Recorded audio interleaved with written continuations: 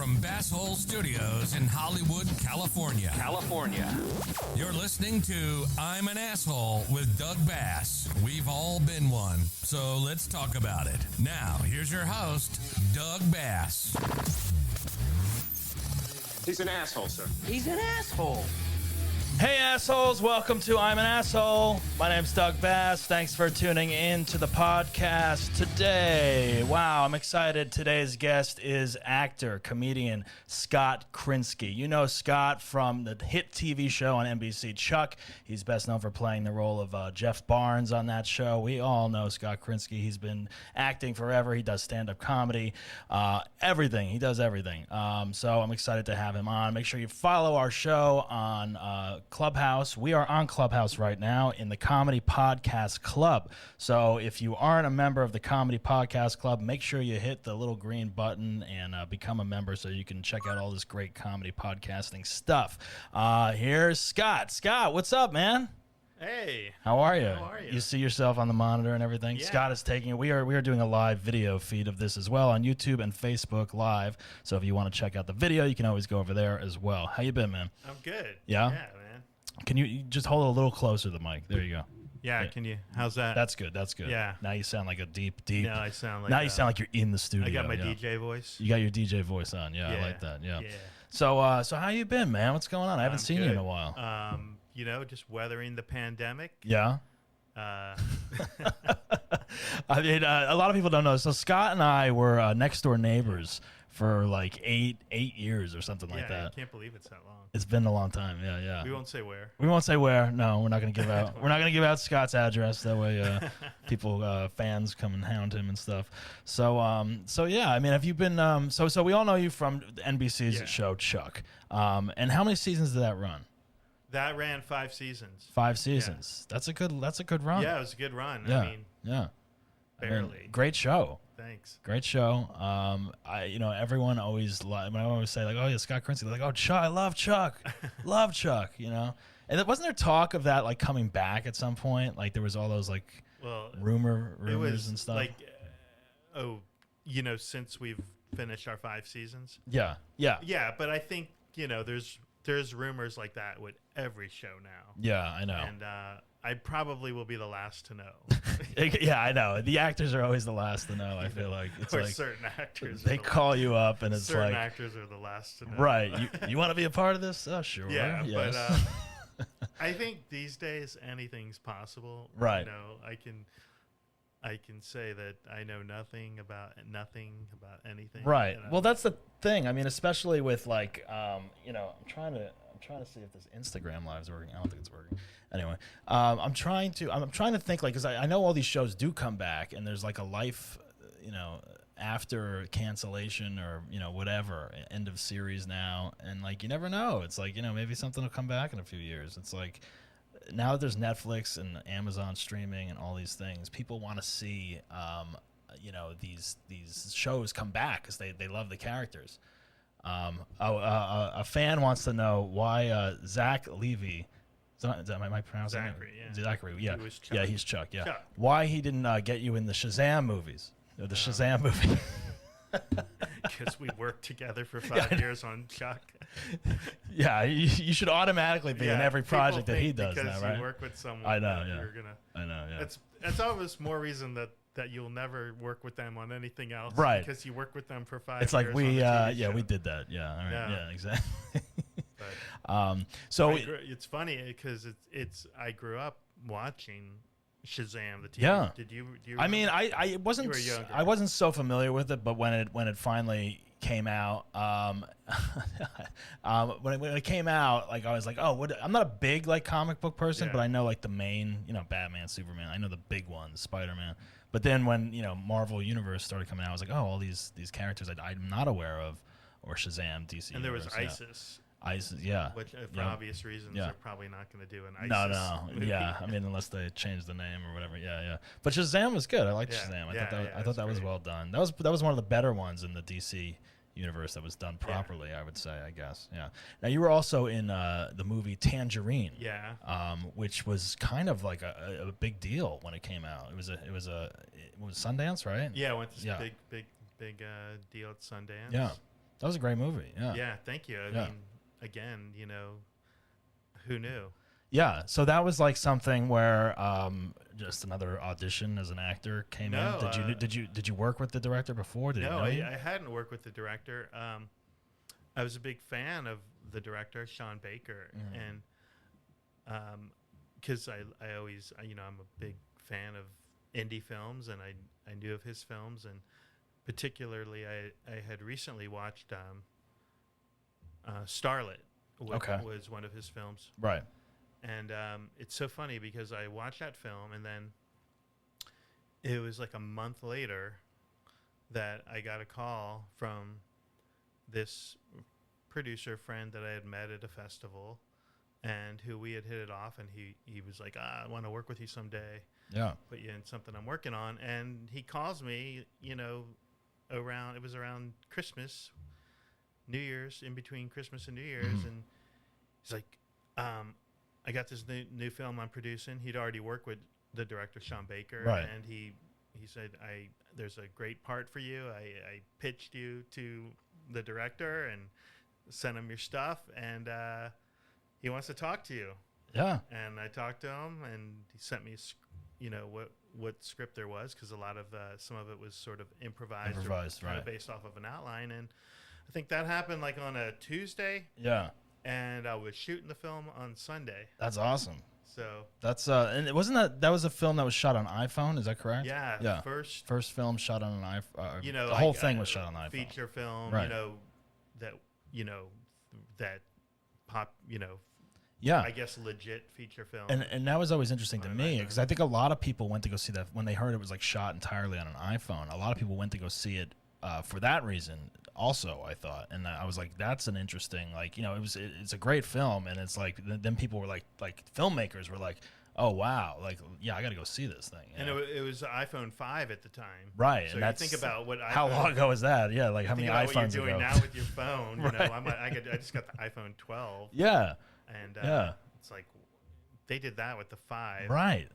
And but it's funny because I knew he was an amazing director. Yeah. I was a big fan, but I only worked a day. I think the whole shoot was. And you shot it right down the street from yeah, there, right? right around Hollywood. Yeah, yeah. And and I knew he was an incredible director, but you just never know. You never know. Yeah, you go in. It's like we're both actors. We go in for all these auditions, and you never know what certain projects might become. You do them. Yeah. So it was and then did you go to Sundance with the film? Went to Sundance. Yeah. Was that your first time there? No, I'd been there. I'd been there before for Slam Dance. Okay. And I think maybe that was my second time at Sundance. Yeah. I can't remember. I'd been there. That's still on my bucket list to go check out Sundance. That's something I want to go check out at some point. And just as a fan of films, And it's fun because you're watching the film. I saw it for the first time at Sundance with the audience. That was seeing it for the so that first was time. like your premiere screening of seeing it. For me, too. And I had no idea what to expect. Right. And it was what was really interesting is it wasn't until after the film screened that there was a Q&A, and they told everyone that it was shot on an iPhone. Yeah. Afterwards. People were like, whoa. They're like, what? Everyone ran out with their iPhone to go make their own movie and submit it. Yeah. It was pretty impressive. I mean, the movie is so, interesting, and it's technically iPhone all the way. It's it's pretty amazing feat that they accomplished with that film. And now a lot of people may not know this. I mean, you also are a stand-up comedian as well as an accomplished actor. And how long have you been doing stand-up as opposed to acting? Did you start with acting first and then go to stand-up? Yeah. So I mean, my reason for getting in the business was always I wanted to be an actor. Right. I was always, I had all these character actors that I just loved. Yeah. Growing up, that I was big fans of, and they were kind of my inspirations, since I was a teenager. Yeah. So I came out to LA, and I always did have this, I always wanted to do stand up too. It was always in the back of my head. God, I want to try that. I guess everything that just scares the fuck out of me. You know? Right. Well, I mean, obviously stand-up comedy is very scary in its own way, I would say. I mean, I'm always scared going up doing it. Yeah. It's like, Now I didn't say I'm scared. Now I like to call it like I don't like to say use nerves either. Nervous. I'm anxious. You know. yeah. Yeah. Even if you do a play or something, you know, it's Right. like if you're not anxious or nervous or something, you know, you. A play is always like I haven't done a play since college. Or no, I did one play out here in LA, like maybe my first or second year living here. But it's probably been like 18 years since I've done a play. Yeah. And so I'm like, that's something I might want to try at some point again, because it's like, oh my God, it's like how do I even do this again? I forget.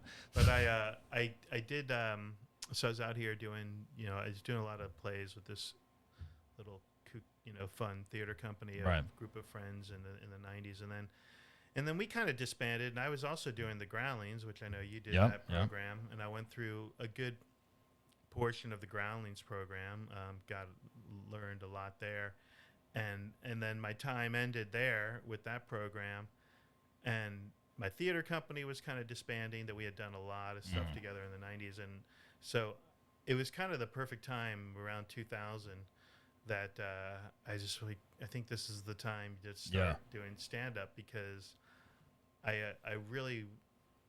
it was nice to do something solo where you didn't have to meet anyone to Right. rehearse. You don't have to rely on anyone. Just on your own. It's just you, which is also the scary thing, because if you start bombing, it's all on you, obviously. But it is the nice thing about stand-up, where it's like, yeah, I'm gonna go do a mic, I'm gonna go do a show, I'm gonna do 5-10 minutes, and like, yeah, I don't have to get like a group together of sketch actors or improv, or everyone's trying to make a film or whatever.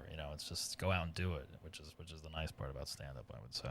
I'm gonna see if anyone on Clubhouse wants to jump up to the stage and maybe talk to Scott Krinsky. I'm gonna send people invites. We got a couple people in here.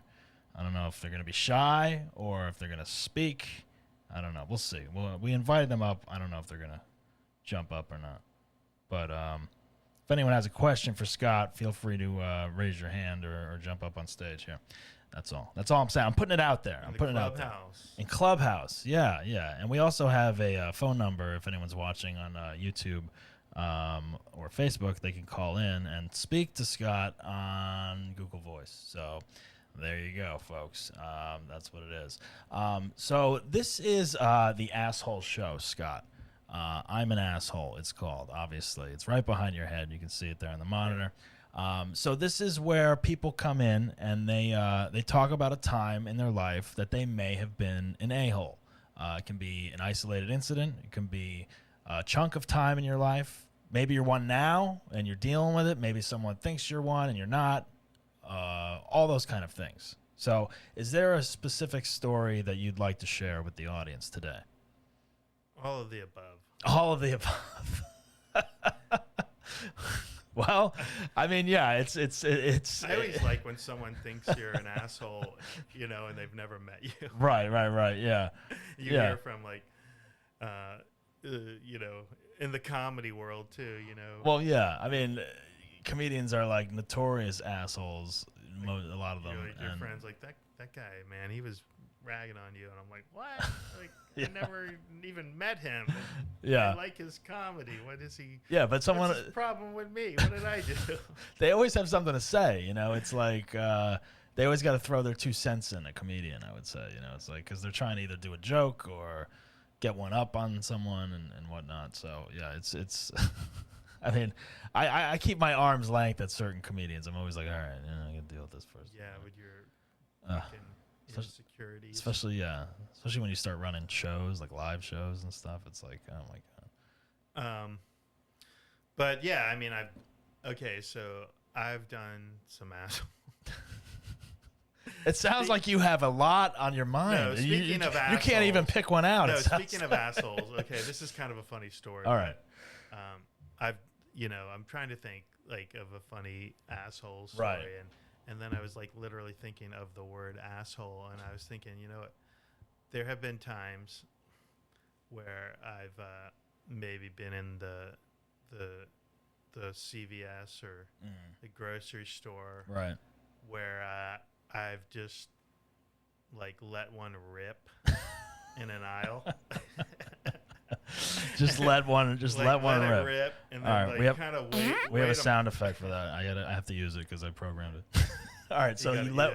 we got a good fart. Yeah, I got it. Okay. I got it. Yeah. Like I've let one rip, Right. and then I've kind of, moved my cart down the aisle a little bit, and well, first I waited to make sure it was a good one, So you're purposely knowing. I had to Yeah. I had to let one rip, Right. and like I couldn't hold it because how do you hold? You can't keep holding.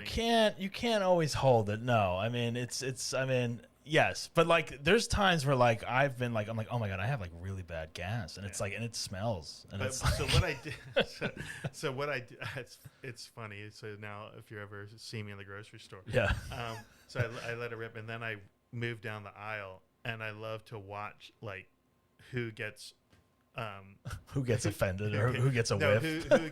who gets charged with the guilty. Yeah. Being guilty of that nasty fart, because like I'm already like Right. I'm down the aisle, and then I see, like some lady or some old man's coming through, And then the heads start turning, and they're all looking at him. Yeah, because he's standing where you were. Yeah. But there's always the danger of that, like the timing on that, because it's like you fart and it may come with you if you move too fast or whatever, like you gotta. Yeah, you can you can also like just like adjust your pants and let it air out. You really let it, well. yeah. Have a nice air pouch for it to escape into the CVS. And then I get a kick out of like watching everyone look around, like who did that, and then of course they, the kind of weirdest looking person gets blamed for it. Yeah. Like really beautiful people don't fart. Well, that's what's it. Well, even that, it's like if someone's like, I rarely see someone like audibly say something like, "Oh my God, was that like if you're in public, like Oh, I don't do it loud though. No, it's a silent but deadly, right? You know how to disguise your fart? A muffled fart or a silent but deadly. Just let out a big cough or something. A cough fart. Like, that move. Yeah. And then people usually say "bless you" because they bless you. Sneeze. Bless you. Your farts are horrible. Bless you. There's definitely ways to disguise them, I would say. Yeah, but it's like, but even like at the store, like it's like if someone smells that they're walking through the aisle, it's like, I don't know, like people they'll make faces, I'm guessing, and be like, oh, but like I don't think someone would be like, did you do that, old man? Or like, like point the finger. No, like just look at them really mean, with a nasty look. Yeah. The word. But really, it could have been anybody there, Right. All I know is I'm gone now, and I'm just an observer. Cassie, my wife Cassie, she did a story where she talks about like farting purposefully, like on the airplane, like so someone won't sit next to her or whatever, like. like letting it. Will she let them hear it too? I don't know. You have to ask her. I forget what she said. I don't know. I don't know if it's audible, but it's definitely like a silent but deadly kind of thing. Which I guess if you're gonna pull one of those, that probably is a good spot to do it if you don't want to sit next to someone. Yeah. That's the worst, actually. Yeah. Oh yeah. On an airplane. Oh, I've sat next to people who have farted on airplanes. Like that's. God. And some people don't even have any. They don't care. Like I hold it in on an airplane, or I'll go to the restaurant. Yeah, go to the restaurant. But like, there's some people like I've sat next to people where like they're just coming out, and it's like, man, what did you eat? Like this is an airplane. Then you got to like, mess around with that. The air filter thing. I mean, the airplane is kind of like when you sit on that airplane, you are kind of thinking to yourself like, there's like how many people on here? Like 200 people, whatever, and it's like everyone is farting at some point on this airplane. It's like we're all in this tin can in the air full of farts. And if you can smell a fart in an airplane, oh yeah, it's yeah. That makes me think like how good are airplanes at filtering out this virus? I don't think so. Filter out a fart. That's something I didn't understand because like I took an airplane during COVID or whatever, and like I was like, this is probably the last place I should be because. It is like everyone's like I don't know, the air vents, they have the special filters or whatever, but I don't know, man. Like everything's just circulating around. Well, they recycle the air, they said. They recycle it, but yeah, it's like I was actually thankful to wear a mask on the airplane because I was like, oh, if people are farting, I'm not gonna smell it, or like if the guy next to me has BO or something, it's like I'm not gonna sit there and smell it the whole flight. No, that's worse, and like BO is even worse because that's there the whole time. A fart has a moment of time. As a moment of life, and that's it. Until the next one comes. Yeah, BO is like permanent. VO is permanent. Yeah, yeah, it's pretty gross. Yeah, and it's like I don't understand how people don't take better care of themselves when they're getting on a flight or whatever. If like take a shower, you're gonna be sitting next to a bunch of strangers for 6 hours. Are you okay with taking off your shoes? I'm fine with that as long as You have socks on. I keep socks on. I actually wear I've started doing what is the easiest foot slipper kind of shoe that I can wear on an airplane? You wear your Ugg boots, Doug? Ugg boots, yes, absolutely. Yeah, Ugg boots. No, I got these new shoes. They're called Hey Dude or something like that. They're kind of like these moccasin slipper things, and I'll wear those, and they just slide right off, and that's comfortable on the airplane. But anytime dress shoes, anything like that, I don't want to wear that shit on an airplane because my ankles swell up too. Do your ankles ever swell up on an airplane? I don't have the ankle. Yeah, I have a bad ankle to begin with, but even the pressure, the altitude, makes my ankles swell up a little bit. I have to untie. My stomach gets bloated. You gotta I'll if I wear regular sneakers, I'll feel them getting tighter, as we accelerate. Yeah, in the I air. don't have that, but I definitely get. Yeah. I haven't been on a plane for. What was the last trip you took? God. Right before the pandemic? Is that what you did? You went somewhere? I think I went to Florida. Okay. Where my parents are Right, now. right. I didn't grow up there, and that was probably Thanksgiving. So wait, 2020 was the pandemic. So because you're from the DC area, right? Originally, yeah. 2019 Thanksgiving is probably my last flight. Yeah. Last flight, yeah. And what's the first trip you want to take once? I'm going. You're going? I'm going in 2 weeks to see my parents. Florida? Yeah. Oh, we're going. Yeah, we're going the end of May to go to Florida. Yeah. Yeah. So that'll be my first flight, and I'm Right. not too worried about it now because all my friends like you have been flying during the pandemic already. Well, and yeah. Never had a problem. No, exactly. Yeah. I mean, no. You still got. But now everyone's vaccinated, and everyone's still being careful with the masks and everything. Yeah, I mean, and Florida is oh man, it's a whole different country almost down there. No one's wearing masks. Well, especially where my parents live. Where do they live? They're near Boca. Boca, okay. And Boca Raton. Yeah. And it's always a whole different experience with my parents because they live in these, retirement communities and everything's gated, Everything's gated. That's how my parents live on a country club, golf course thing. Kind of like Naples. That. Yeah. Yeah. So I always feel like I'm in, jail, senior citizen jail. Senior citizen jail, yeah. Yeah, I mean, you can't do much. I mean, it's I can stay there 2 or 3 days, and then I'm like, all right, I gotta get out of here. I mean, I love seeing my parents. Of course, yeah. But, and now, you can't, they do have a really great clubhouse. Yeah. And a do you play golf? I don't. No. But my dad plays golf. My dad plays golf, too. My dad plays golf at 6:30 in the morning. Yeah, I'm not doing that. No. I don't wake up that early. No. I'll do the golf range with him, in the country club. I'll go there and shoot drive the range balls out or whatever for a half hour. I would play 5 holes. That's enough for me. 18 holes is nuts, I think. That's a whole fucking day. It's you just too much. You got to play early there, too. You got to play early. It gets too hot. Yeah, exactly, yeah. All right, well, farting in the CVS is one. What else? What other asshole moments do you have? I feel like you have a bunch because you were contemplating on which one to start with. No, God, I know I've been an asshole. Have you?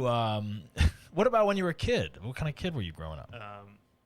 I got picked on. Yeah? By the assholes. Okay, so you had bullies coming up to you. I got bullied. Yeah. That's why I'm so nervous all the time. Don't I look like I'm nervous all the time? You're neurotic. That's my running through line. Right. I don't know. Actually, people say sometimes when I do stand up, they're like, you're so calm. Well, you are very deadpan in your stand up. Yeah. If anyone, I have a clip here. I don't know if you want to play it or Whatever not. you want. All right, let's play it. Let's play a clip of Scott Krinsky's stand up, just so people can get a sense of his comedic stylings. A lot of people don't know this about me, but it's not very obvious, but I am on the spectrum. I didn't even tell you what spectrum yet. I'm not on the autism spectrum. I'm not on the Comcast spectrum, or whatever that. Now I'm on the gay spectrum, like 90, 10%, like some 90% gay, 10% straight. People don't really realize that about me, you know? Like my friends like to say, God damn, Scott, you're like a stealth gay. You come in like that undercover gay, and then you drop a big gay bomb on us. It should be pretty obvious, like if you know my history, like I played rugby, and I was on the swim team. Now if you do one of those, it doesn't mean you're gay. But if you like to wear a Speedo and play rugby where you don't have any equipment on, you're grabbing guys' balls, there's a good chance, you know, if you guys got kids, they're probably going to turn out to be gay. I love that spectrum joke. I remember you doing that at the live shows. It was always a good one. Get back to those. Yeah. So I think I'm always nervous. I think my deadpan. Right. I think it partly comes out of being nervous. Are you? I mean, yeah, being an actor. I mean, I'm nervous too. Like even as an act, like I was a shy kid. Like, but then I always wanted to act and like do comedy and stuff. And it kind of translates in a weird way. Like I was always more comfortable like on stage, behind a camera, and behind a microphone, whatever. But like when I go out, like I'm kind of a shy, introvert, extrovert kind of person. Yeah, it's a weird thing because I like acting. I love stand up. I love being on a stage, but because you're sort of when you're on stage or when you're acting, you know, you're sort of transported into another. Yeah. You know, if you're hopefully getting into, if you're lucky enough, and it's always like trying to get into that space, Right. That Well, you're playing a character, unconscious of you know everything else around you and being completely zoned in on whatever you're doing. Then you forget, you know. Yeah, it's such an interesting like release almost, because it's like, you know, whether you're in a play playing a character, you're totally like in that character and you forget who you are for that hour and a half or whatever it is. Stand up, same thing. Like I think when my wife first saw me do stand up, and like, you know, she always knew I wanted to perform, and I've always been performing, you know, my whole life or whatever. But when she saw me do stand up for the first time, she was like, wow, you're like a totally different person, like when you're on stage, as opposed to like, you know, just being around, you know, in real life or whatever, you know. And yeah, it's interesting. It's an interesting dynamic. Like the shyness kind of goes away as soon as you step on stage or whatever. But it is like, you know, there is, I think I'm always like, I don't want to be that like so sort of nervous all the time or whatever that energy is, you know, but it just so now like I just try to be present and you know, I think that's the thing about performing, whether it's acting or stand up, I don't think you ever have it figured out, you know. You're always, if you're not always learning about yourself and evolving and what does it mean to be present and but in the moment, you know. Yeah, it's an ongoing process. And I think like even like with your stand up, it's like you are so deadpan and you take your time with these, you know, these bits, and you know, the times I've watched you perform, I'm always like, oh, where's he gonna go? Like where's you know, and it's so interesting because it's like it goes nowhere. No. No, it goes somewhere. But like you take your time and like it lets the audience think about what you're saying. And then when you hit them with the punchline, it's like, oh, all right, you know, as opposed to like, you know, some people's style is just like, you know, over the top, you know, yelling and all that kind of shit. And then if they don't get the punchline, I'm just like, well, you guys didn't get it. Right. It's not my problem. Well, because it's like, yeah, like you almost make them feel awkward, and it's funny then because it's like, it's so like, yeah. Do you do crowd work at all, like during your shows? I mean, I don't look to do crowd work, of course. But, well, some people love it, work. and that's all they do. Love it, but, and I don't like when I'm watching another comic and I see them doing crowd work, I get so nervous for them. But yeah, I feel like if you're the comedian, it always works in your favor. The person, you know, being a heckler always ends up looking like an idiot. Yeah, exactly. And, you know, it's like I did a lot of hosting for some shows, and that's kind of where I would do crowd work, if anything, because, you know, you're welcoming people to the show, you're commenting on who's sitting in the front, you're getting them loosed up for the show, and, yeah, and then sometimes, you know, it's that first set as the host, it's always like, you know, it's always the hardest spot usually to go up at. So that's sometimes where crowd work, I think, for me at least, comes into play, being handy. So it's always interesting. When was the last stand-up show you did? Right before the pandemic? Is that? Yeah, probably. Are you going to start getting out there I again? want to. Things are opening. I just got to get that mojo going again. Yeah, it's weird. It's almost like starting over, it feels like, because I've gone up a couple times now. Like I went up at the Improv, the outdoor patio show / open mic that they're doing over there. Did like 3 or 4 minutes, and it was like the first time I went up, I was like, you know, it was weird. There's only like 3 real tables in the front that have like audience members, and the rest is comics. So and it's hard like, enough when you know, open mics are the hardest. Oh yeah, because you're just working out material in front of other comedians, and no one's really listening because they're waiting to go on. Everyone's thinking of their own shit. So then doing a show where, when there's not a lot of people, or you know that they're not really there listening to you, is even, it is. It's like starting over again.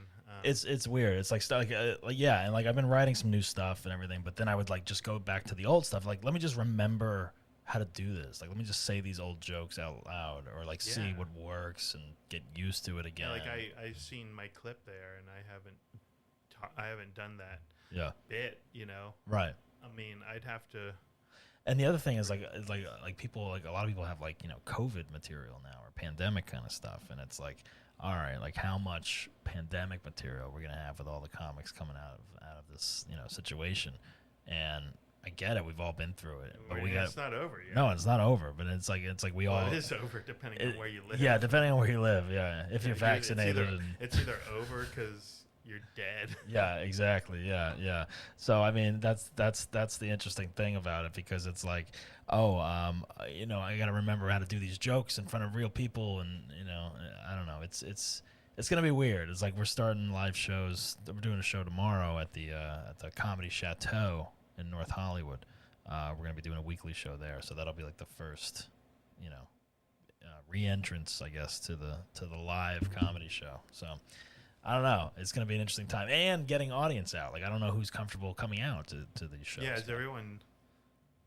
It'll be outdoors, right? It's outdoors. Yeah, for sure. But then that's always like, I mean, I know comedies, that's the way it's going to be for a while, is all outdoors and the honking the horn for laughs and. Yeah, the drive-in shows and yeah. You know, but that's where it just comes down to, like, do you enjoy performing and being on stage? And you know, it's like it's almost like, I'm just going to do my one person show here, my stand up, and if you like it, you like it. If you want to honk your horn, right, or if I don't hear you laugh, I'll just keep going. Yeah, exactly. We are speaking to actor Scott Krinsky from NBC's Chuck. If anyone has a question in Clubhouse, we have 3 people in here. If they want to raise their hand and jump on stage, feel free to do so. If not, that's cool too. I know we were just talking about being shy, like we are. So we get it. You may not want to jump on stage. It's all good. But if you do it. So when is the next? Are you auditioning a lot for projects? As acting stuff? Has it been slow for you? No, it's been. I did a film. Right when the pandemic started, we just finished it. Like literally with 3 days after sort of a lockdown started. And so I'm excited to see how that turns out. All right, that's good, yeah. And then I am auditioning. It's funny, I got an audition on the way here. Oh, really? There you go. So that's my night now, everyone. Yeah, self-tape, right? I'm going to go home and learn lines. Yeah, exactly. That's good. Make a self-tape. All right. So another asshole moment. You got to have one more that you can give us. Another asshole moment. What about like dating or I don't know, like some situation you found yourself in that you may have been like, oh man, I shouldn't have done that, or I was mean to that person, or I don't know, anything along those lines. I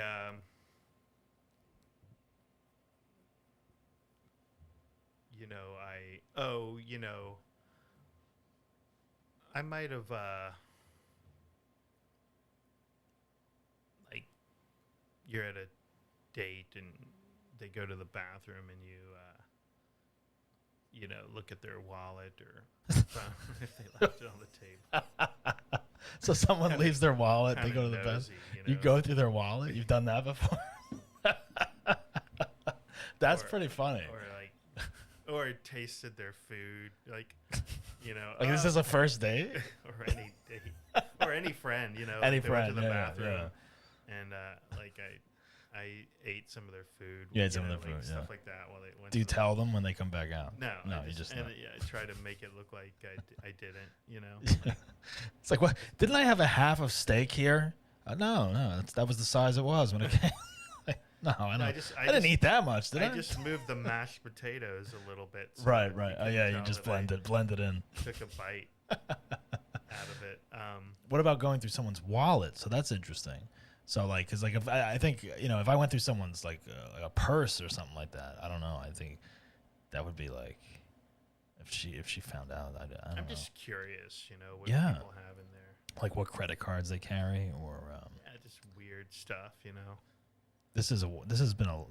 people's wallets are so skinny these days. I feel like was this back when people had pictures in their wallets? I'll go through their medicine cabinet at their house. Really?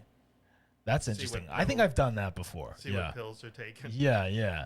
Isn't that interesting? Like I've thought of that. It's like oh my, if you have like a party or some people over, it's like and like are you supposed to move your medicine to like a private unless you have two bathrooms and you have like one in the bedroom or something where you keep your pills, medicine, drugs, whatever. I go through like their dresser and look, see is there like a vibrator stuck under the underwear or something, or... So Scott is a pervert when it comes out.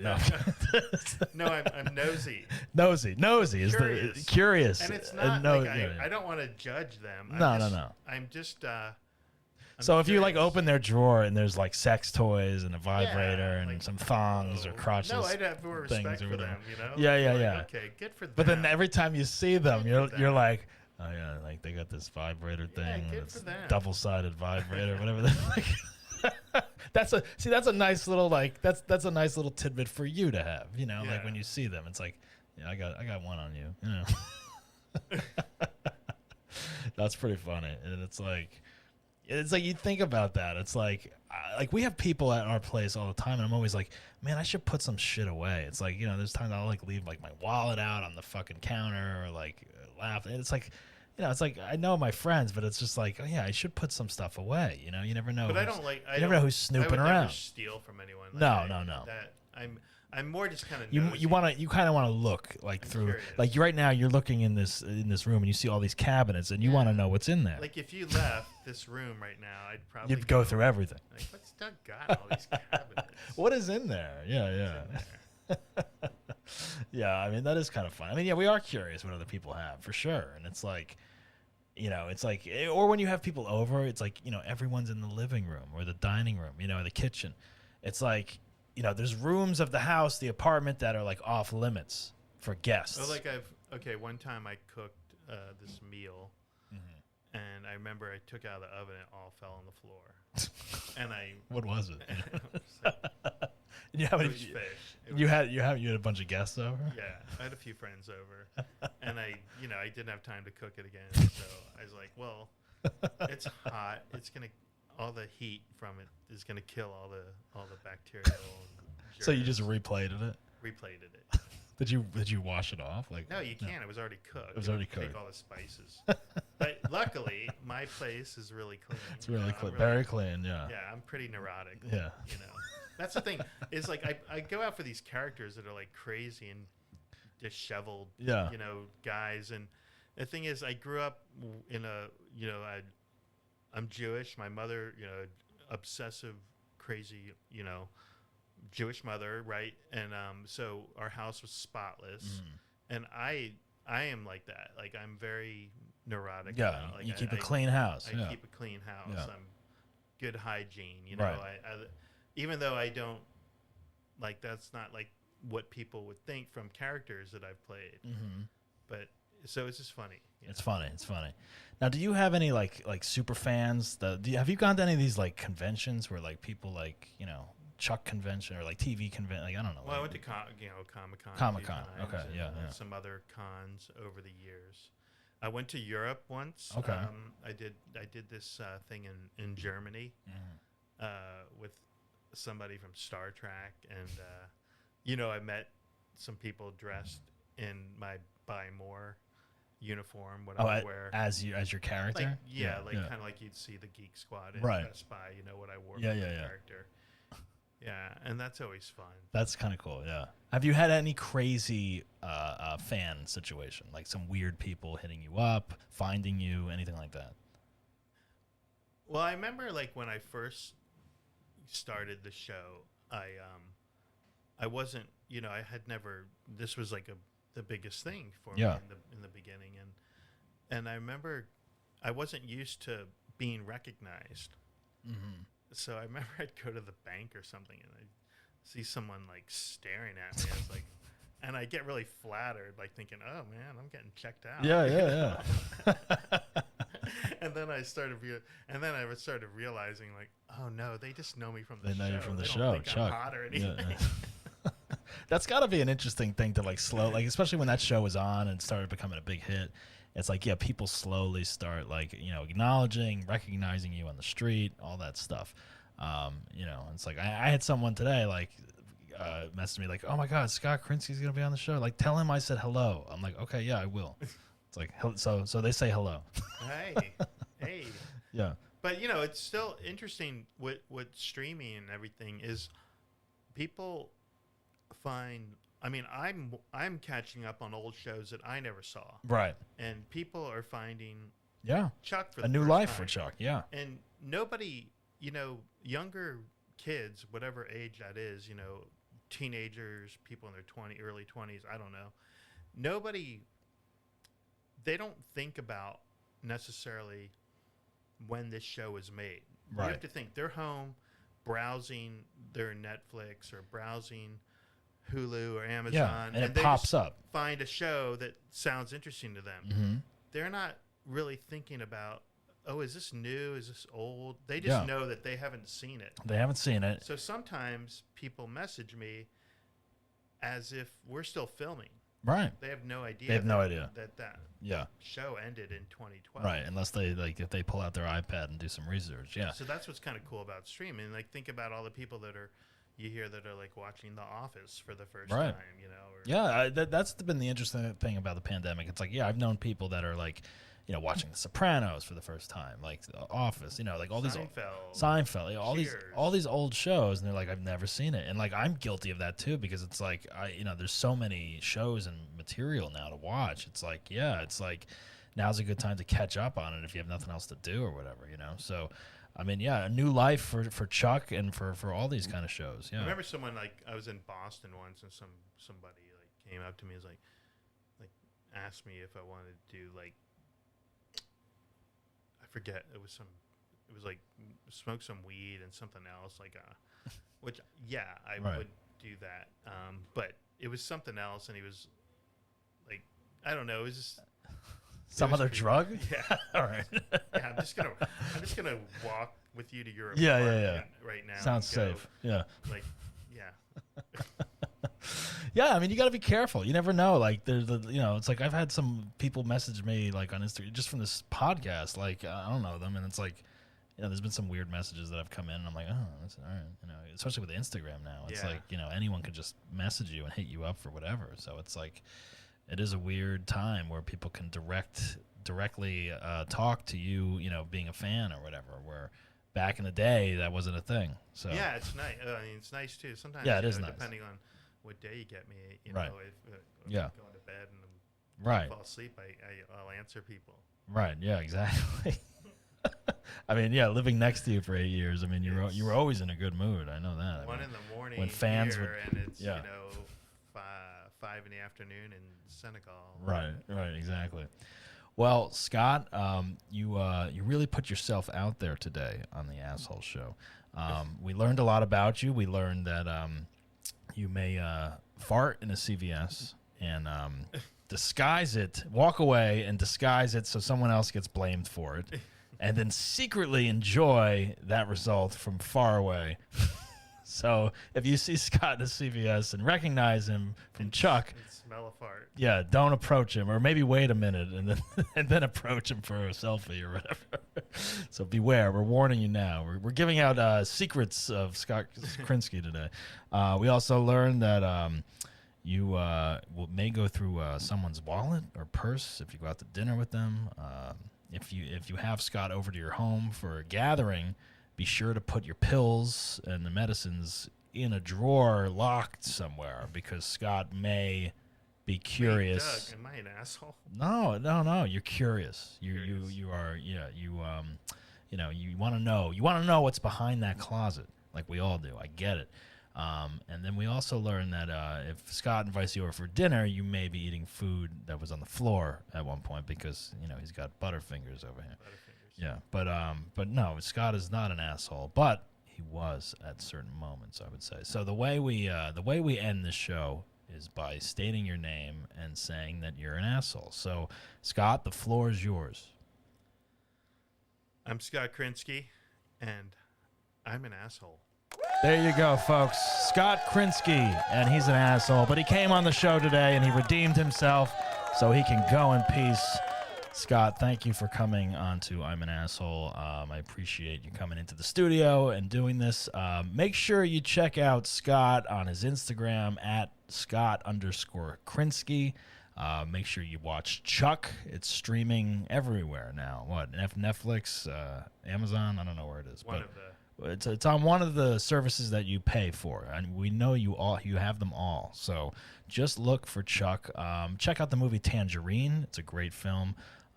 What else have you been? You've been in a bunch of stuff. The O.C., weren't you in the O.C.? Yeah. Dave Made a Maze is a really great film. Yeah. So check out Scott good indie films. and look at Scott's stand-up on YouTube. He's got some clips up there, and he's going to be performing again at some point. What else, Scott? You want to talk about anything else? You want to plug anything else? I'm going to be performing soon. Yeah. Check out my. You'll see it on my Instagram, Facebook, wherever I'll be out there soon. I'll be happy to see you. And he will be performing at a comedy venue near you very soon. All right. Well, Scott, thanks again for coming in. It's good seeing you as always. Guys, don't forget to follow us on social media at A-Hole Podcast and subscribe to the podcast. If you like the show, tell 2 friends. All right. We're trying to get the numbers up, so I appreciate that. And check out the full videos on YouTube at Doug Bass Comedy or at A-Hole Podcast. And remember, folks, don't be an a-hole, but if you are, laugh about it. Bye. You've been listening to I'm an Asshole with Doug Bass. Please subscribe to us on all streaming platforms. Follow Doug on Instagram, Twitter, and Facebook at Doug Bass Comedy. Thank you for listening, and remember, don't be an asshole, but if you are, talk about it. Have a good asshole story? Email us at doug@dougbasscomedy.com. We'll see you next time.